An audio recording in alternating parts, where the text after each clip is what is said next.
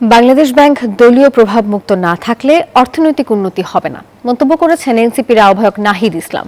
বৃহস্পতিবার রাজধানীর কৃষিবিদ ইনস্টিটিউটে জাতীয় ছাত্র শক্তির প্রথম প্রতিষ্ঠা বার্ষিকীতে তিনি এই কথা বলেন। আরও বলেন, কারণ ছাড়াই ট্রাইব্যুনালের চিফ প্রসিকিউটরকে সরিয়ে দিয়েছে সরকার, আর এতে এই সরকারের আমলে বিচার হওয়া নিয়ে সংশয় তৈরি হয়েছে। আওয়ামী লীগের মতো এককভাবে বিএনপি রাষ্ট্রের সব ক্ষমতা দখল করছে বলেও তিনি অভিযোগ করেছেন।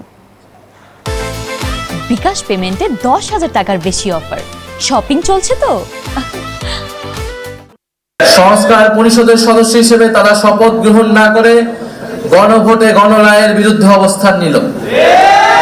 যেখানে এই নির্বাচন হয়েছে, গণভোট হয়েছে, গণভোটে যে আদেশ, সে আদেশে স্পষ্টভাবে বলা আছে একই দিনে শপথ নিতে হবে। কিন্তু তারা আওয়ামী লীগের মতোই সংবিধানের দোহাই দিয়ে এই সংস্কার পরিষদের শপথ নেওয়া থেকে বিরত থেকেছে। যদি সংস্কার পরিষদের সদস্য হিসেবে তারা শপথ না নেয়, তাহলে এই জাতীয় সংসদের আসলে এক আনা মূল্যও নাই।